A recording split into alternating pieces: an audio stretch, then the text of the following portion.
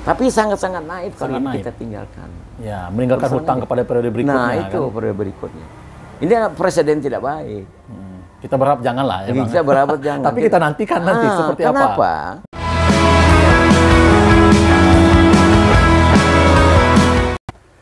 Assalamualaikum warahmatullahi wabarakatuh.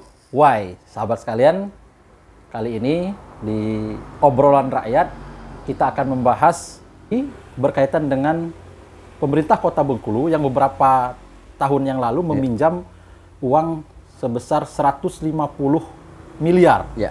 berhutang ke Bank Jabar dan Banten. Ya.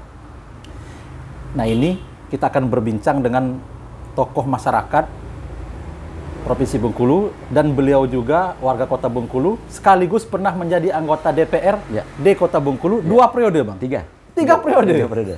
Dari 92, 97, 2004, 2009. 3 periode. 3 periode. Jadi betul sudah beberapa periode wali kota itu, Bang, ya. Oh, banyak. Mulai dari Pak Rusli, Pak Errol Amri, Pak Halik. Iya, jadi sudah banyak ya, Bang, wali kota ya. Jadi sudah tahu, paham betul kan. Nah, beliau mantan anggota DPRD Kota Bengkulu 3 periode. Ya. Kita ingin minta beliau memberikan pendapat. Ya. Seperti apa sebetulnya, Bang, Abang melihat pinjaman yang dulu pinjaman itu dibangunkan jalan. Ya. Ya, jelang-jelang pesta perhelatan Pilgub waktu itu kan. Ya, Kita tidak mengatakan ada sangkut pautannya, tidak. Ya. Tapi itu jelang Pilgub waktu itu dibangunkan jalan. Ya, Waktu itu. Nah, mungkin bisa dikomentari, Bang. Oh ya, saya lupa. Ya. Dan beberapa belakangan kemarin Pemkot mengajukan penangguhan Ya, pembayaran. pembayaran. Karena sulit bayar, Bang. Nah, silakan, Bang. ini memang satu dilematis ya. Ah. Satu dilematis apa yang diperkirakan orang pada saat dulu rencana pemerintah kota untuk meminjam uang ke instansi perbankan, Ya. entah itu swasta maupun kedaerahan, itu sudah dibincangkan oleh masyarakat pada saat Sudah itu banyak kan. penolakan, Sudah Bang. banyak Ya. penolakan. Mungkin ada waktu itu ada sebagian dewan juga waktu itu agak sedikit menolak Ya. dengan berbagai macam Masyarakat. alasan. Masyarakat apalagi. Kenapa? Karena itu seperti katakan Pak Melian tadi, Adinda Melia, bahwa peminjaman ini berdekatan dengan suksesi pilkada. Pilkada waktu itu ya. Nah ini, Pilgub, jadi ya. timbul bermacam persepsi ya. Persepsi, ya. Bermacam persepsi, pendapat orang mengatakan begini. Tapi toh akhirnya tetap kayaknya sudah akan terbukti. Tapi kita tidaklah akan ke sana. kita tidak mengatakan ada sangkutan. Ada sangkutan. Biarlah Ada masyarakat yang menilai. Biarlah masyarakat melihat, dan jangan dari Pemkot itu sendiri. Betul. Tentang pemakaian peminjaman uang itu yang selama 150 miliar. Itu bukan sedikit. Itu bukan sedikit. Karena kita tahu persis, namanya perbankan lebih mengarah pada bisnis. Betul ya, business oriented ya. Oh, bisnis oriented, cari keuntungan dan sebagainya. Itu jelas mau pemerintah daerah punya maupun konvensional. Itu cari ini. Dengan berbagai macam sanksi. Betul, sanksi ketat ya, Bang. Nah, karena perbankannya berbagai macam sanksi tanpa ada tolerir. Kayak kita minjam ke bank, gadaikan rumah ini. Dalam kita tidak melakukan ini, terjadi uang prestasi. Uang prestasi ya. Nah, maka rumah kita akan disita. Dipasang merek. Dipasang merek minimal. Iya. Didaftarkan di PUPN, kan? Di kantor pelelangan. Nah ini yang ditakutkan masyarakat waktu itu macam itu. Betul. Tapi akhirnya juga karena mungkin pihak pemerintah kota juga merasa butuh sekali, ya dengan berbagai cara ya silakan aja. Akhirnya terbukti kan? Terbukti ya. Terbukti mereka mendapat pinjaman dan sebagainya. Nah sekarang masalah pembayaran. Pembayaran. Nah, ya masalah pembayaran ini muncul lagi. Pemerintah kota mengatakan sendiri melalui ketua DPKA ya, gitu. DPKAD ya. DPKAD mengatakan bahwa kesulitan bayar. Betul, itu pengakuan itu. Seharusnya kan di proposal yang diajukan ke Bank BJB itu kan ada studi kelayakan. Bagaimana cara pembayarannya, bagaimana operasional dari peminjaman itu untuk apa dan sebagainya, itu sudah ada kan. Nggak mungkin pihak BJB itu sendiri akan lalai masalah itu. Ya, ujub-ujub langsung masih duit. Masih duit itu nggak mungkin lah. Pasti dilihat, oh rasio pembayarannya dari ini. Nah, tapi kenyataannya kan nggak ada. Sampai ke Pak Ridwan sebagai DPIKA itu mengatakan kesulitan bayar. Kesulitan bayar. Itu aneh. Terus terang aja, Pak Melian, Adinda. Pemerintah kota untuk meminjam itu tidak haram. Diperbolehkan oleh aturan. Tapi kegunaannya, ajas manfaatnya ini yang harus diutamakan. Contohnya, pada saat periode wali kota Pak Hairul Amri, kita punya perusahaan daerah, waktu itu PDAM, yang sumber airnya itu hanya di Surabaya. Ya, IPA Surabaya itu. Nah, di Surabaya menggunakan aliran sungai Bengkulu. Dengan perkembangannya provinsi Bengkulu ini, maka tidak tahunya Bengkulu ini punya sumber daya alam, namanya batu bara di daerah Tabak Menanjung. Yang konon katanya air itu sudah tercemar. Benar ya. Sudah tercemar karena mereka nyuci batu bara dan sebagainya. Itu ini ya alasannya yang konkret, sehingga air itu tidak lagi berfungsi untuk penyiapan air minum untuk kota Bengkulu. Waktu itu mungkin ya kota Bengkulu pada saat itu baru 4 kecamatan kalau nggak salah. Teluk Segara, Muara Bengkulu, Gading Cempaka dengan Slebar. Dan abang DPR periode ke? Pertama. Oke. Periode pertama. Nah itu. Jadi oleh Pak Wali waktu itu, Pak Hairul Amri, mencari peluang untuk kerjasama dalam penyiapan jaringan dan penyiapan sumber air yang ada di Kota Bengkulu dan sekitarnya yang akan dikonsumsi oleh masyarakat Bengkulu. Nah, waktu itu bekerja sama dengan salah satu perusahaan Jerman waktu itu. Disetujui oleh pemerintah pusat, kita setujui untuk mencari sumber air. Sumber air ya. Yang bagus, yang bisa dikonsumsi oleh masyarakat. Dapat. Itu pembayaran juga lama. Tidak sekaligus, pembayaran juga lama. Berapa miliar itu banyak juga waktu itu.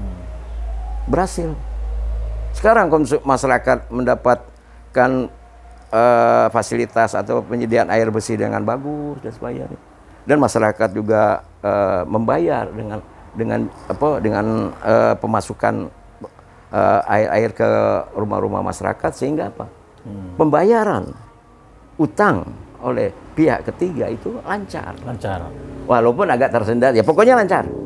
Dan memang itu kebutuhan masyarakat waktu itu kan. Kebutuhan air kan kebutuhan paling pokok ya. Kebutuhan pokok. Dan yang jelas waktu itu momennya nggak dekat-dekat pilkada. Nah, enggak. Iya. Lanjut Bang. Nah itu. Jadi tidak diharamkan untuk mencari peluang ke keluar itu nggak diharamkan, disetujui. Terus zaman Pak Halik, kita pada saat itu sangat membutuhkan infrastruktur gedung untuk lebih menginikan pelayanan kepada masyarakat. Karena dia lihat pada saat itu seperti fasilitas dinas-dinas yang benar-benar aktif itu tidak punya gedung yang representatif. Dan dilihat juga perkembangan populasi penduduk di Bengkulu ini meningkat sedemikian rupa. Akhirnya waktu itu Pak Halik berupaya untuk mencari partner pihak ketiga untuk membangun kantor DPR. Itu sangat soalnya nggak mungkin di kantor yang lama itu dengan perkembangan populasi penduduk akan menampung cuma 25 orang. Contohnya apa? Terbukti 35 orang sekarang kan. Kalau dengan bangunan yang lama yang itu tuh yang jadi rumah sakit itu tidak akan mungkin kan? Tidak akan mungkin. Nah, dicarilah partner untuk membiayai 3 gedung itu plus hotel Raffles. waktu itu ya. Ya, dapat. Kita diajak berembuk bersama-sama dengan Pak Halik. Kita bertemu dengan investornya yang akan menanamkan modalnya di Bengkulu. Terus perjanjian dengan studi-studi kelayakan dan sebagainya. Memang agak tersendat pada saat itu karena kita mengalami gempa bumi. Gempa tahun 2000. Bencana Bang ya? Bencana. Jadi agak-agak ini sedikit. Alhamdulillah sekarang gedung itu sudah ada dan sudah terpakai. Dengan adanya gedung di sana, maka masyarakat yang dulu sepi, Bentering itu tidak ada perumahan dan sebagainya, dengan adanya kantor itu maka muncullah perkembangan di daerah itu menjadi sangat pada pinggiran menjadi rame ya. Jadi rame. Itu kan ada nilai positifnya kan di situ. Pak Halik punya jasa untuk mengembangkan kota Bengkulu ini ke sana. Dia tidak punya pemikiran bahwa kantor wali kota akan dipindahkan, enggak. Karena dianggap bahwa kantor wali kota yang kini jadi rumah sakit itu adalah sangat strategis. Itu adanya di tengah-tengah kota untuk pelayanan masyarakat dan sebagainya. Jadi tidak mau akan dipindahkan. Tapi saya nggak tahu, punya perencanaan lain dari pemerintah kota yang sekarang ini itu dijadikan rumah sakit daerah juga, saya nggak tahu bentuknya kayak gimana. Terus kontribusinya terhadap daerah bagaimana gitu. Saya nggak mendengar kabar-kabar itu ada kontribusi tentang PAD dan sebagainya. Jadi pada saat Abang menjabat anggota DPR itu ya pernah terjadi ya masa-masa itu peminjaman betul, itu kan. Betul. Nah, tentu kalau kita kembali tarik ke pemberitaan bahwa Pemkot sulit bayar. Artinya kan ini kan pengakuan ya. Pengakuan dari 150 miliar karena itu ada bunganya. Dan pinjaman pokoknya. Abang melihat ini kan ada potensi pasca habis periode wali kota dan wakil wali kota ini bisa jadi ya Bang meninggalkan hutang itu, warisan hutang kepada wali kota yang lain yang akan datang. Walaupun kita berharap jangan. Iya, berharap jangan. Apa pendapat Abang itu Bang? Oh, itu saya rasa naif sekali kalau menurut saya. Naif Bang ya? Ya naif itu. Bukan dalam arti kita harus memaksakan pimpinan pemerintah kota yang sekarang untuk menyelesaikan itu. Tapi sangat-sangat naif kalau kita tinggalkan. Ya, meninggalkan hutang kepada periode berikutnya. Nah, itu kan? Periode berikutnya. Ini presiden tidak baik. Kita berharap jangan lah ya Bang. Kita berharap jangan. Tapi kita nantikan nanti seperti apa. Kenapa? Karena kalau dilihat dari hasil penelitian pendapatan asli daerah murni untuk kota Bengkulu yang dalam sektor jasa saja itu kalau benar-benar ini kan itu mampu bahkan bayar terus terang aja. Berbagai potensi itu Bang. Berbagai potensi itu. Kita sudah mengadakan kerjasama loh dengan tim ahli pada situ dari akademisi melibatkan tokoh-tokoh dari unit seperti Pak Al-Nopri, Pak Saipul Abe, Pak Fakhri dan beberapa orang itu. Mereka sudah meneliti pendapatan asli daerah kita ini. Sebetulnya banyak ya. Banyak, peluang-peluang itu banyak. Dengan peningkatannya sudah ada. Sudah dihitung rasio peningkatannya selama 5 tahun itu berapa. 1 tahun berapa. Nah, apa ini tidak dijadikan satu aset. Acuan ya. Acuan untuk Bengkulu untuk membalikan pinjaman. Sekarang kan nggak jelas sekarang berapa PAD kita yang sebenarnya. Di sini ribut, di situ ribut, di sini ribut, di sana ribut. Ada banyak potensi PAD kita yang bisa kita lakukan. Dan tentu yang kita sayangkan itu adalah bagaimana pemetaan pada saat meminjam itu, Bang. Nah, kalau seandainya bakal tidak sulit bakal sulit membayar, artinya nggak usah. Jangan dipaksakan. Jangan dipaksakan. Dan tanggapan Abang, misalkan kreativitas. Kalau orang menjadi kepala daerah, ya Bang. Karena kepala daerah yang mempunyai kebijakan yang lebih besar, kan, Bang. Siapapun itu kalau menjadi kepala daerah, ngutang, tentu bisa semua, kan Bang. Tapi kan kreativitas. Iya. Benar kira-kira, Bang? Benar kalau menurut itu. Ya. Kenapa? Karena kita nggak tahu persis. Duit 150 miliar itu tuh hanya untuk infrastruktur. Infrastruktur yang mana?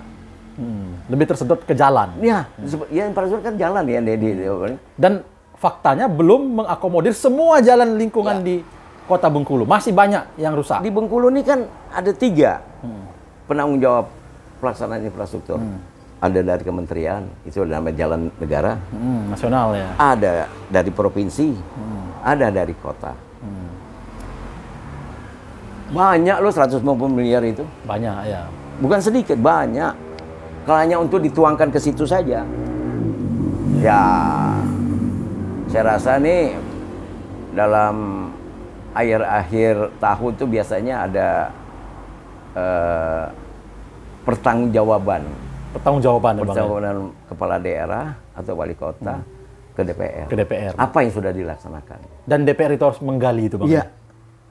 APBD, PAD yang sudah dilaksanakan 1 tahun ini. Baru bisa nanti melanjutkan pada APBD yang akan datang. Tapi kalau ini yang sudah DPR telitinya tidak sesuai dengan PPAS, ya bisa aja ini DPR berbicara. Ya, harusnya berbicara. Iya, berbicara. Oh, tidak sesuai dengan kebijakan umum. Tidak sesuai dengan PPAS. Jadi bersuaralah DPR. Ya. Nah, itu harusnya di situ. Itu setiap tahun itu ada, program itu ada. Harus dilaksanakan oleh pimpinan daerah. Jadi Abang mengkritik keras ya, Bang ya? Saya mengkritik keras. Kenapa? Ya terus terang aja. Bengkulu ini bukan kota kecil kok. Udah kota sedang. Contohnya, Dandim aja sudah pangkat kolonel. Danrem sudah pangkat brigjen. Bentar lagi Kapolres menjadi Kapoltabes, Kepala Polisian Kota Besar, menjabat Kombes. Artinya apa? Kota Bengkulu ini sudah besar. Ya nggak mungkin lah.